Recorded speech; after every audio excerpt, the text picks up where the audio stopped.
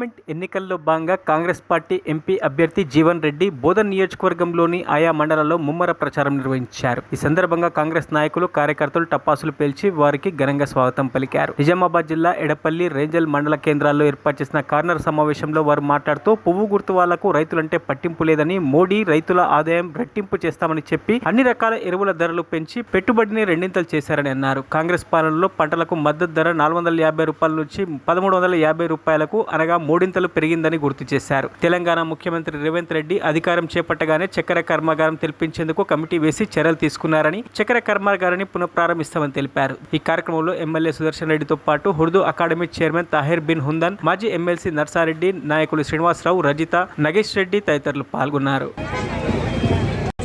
నాయకుడిగా లభించడం అదృష్టం అని చెప్పంటున్నాను. అంటే నిజాం సాగర్ మనకి తేలేని కాలం చివరి ప్రాంతం. సాగర్ కొన్ని ప్రాంతాలు నీరు రావటం లేదని చెప్పనే భావనతో అలీ సాగర్ లిఫ్ట్ ఇరిగేషన్ పెట్టించి రైతాంగాన్ని 2 పంటలు పండించుకునే విధంగా తోడు నిలుస్తుంది. ఎవరు అని రైతాంగానికి ఏ విధంగా కాలువ నీళ్లు కావాలనో నీళ్లు రాని భావనతో విద్యుత్ భారం కాకూడదనే భావనతో మన 2004లో అంటే దాదాపు 20 సంవత్సరాల క్రితం చెప్పండి నేను ఉమ్మడి ఆంధ్రప్రదేశ్ రాష్ట్రంలో కాంగ్రెస్ ప్రభుత్వం దేశంలో ఎక్కడ లేదు. అందరూ అనుకుంటారంటే రైతులకు అందరికి ఉచిత కరెంట్ వస్తుందని చెప్పనుకుంటారు. కాదు నాయన, కేవలం తెలుగు రాష్ట్రాలు మాత్రమే ఈ ఉచిత విద్యుత్ సరఫరా చేస్తుంది.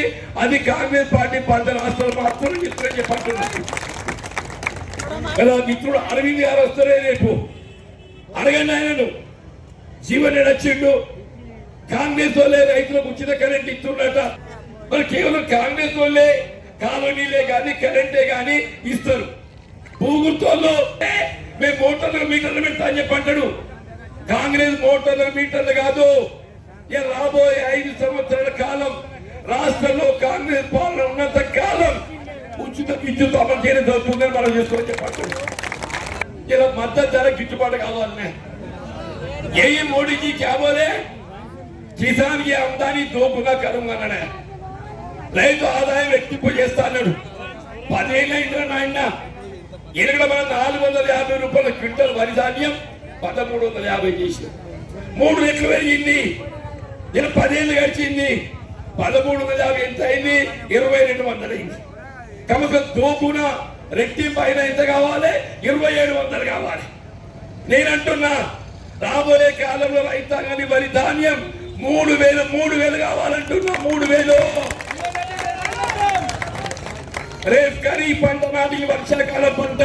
బీజేపీ ప్రభుత్వం అయితేనేమి, టీఆర్ఎస్ ప్రభుత్వం అయితేనేమి కాదు, మనకు అన్ని ఆశలు చెప్పి ఏ పని చేయకుండా అన్ని విధాల రైతులకు కానీ, కార్మికులకు కానీ, చదువుకున్న పిల్లలకు కానీ ఈ దుర్మార్గులు ఉద్యోగాలు ఇవ్వకుండా వ్యవస్థని నాశనం చేశారే.